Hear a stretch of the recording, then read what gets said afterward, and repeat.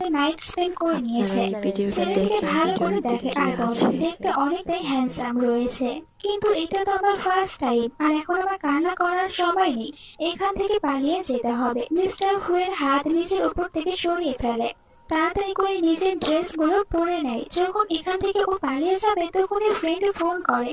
Friend বলে, তুমি কাল রাতে কোথায় চলে গিয়েছো? আমি হোটেল রুমে ফোন করেছিলাম, ওরা বলেছে যে তুমি হোটেল রুমে যাওনি। ইয়ানিয়ান বলে, আমি ভুল একটি রুমে এসেছি, আর বাকি কথা আমি গিয়ে তোমাকে বলবো। ফোন রেখে এখান থেকে চলে যায়। একটু পরে মিস্টার ফু উঠে পড়ে, যেখানে মিস্টার ফুয়ের অ্যাসিস্ট্যান্ট রুমের ভিতরে আসে।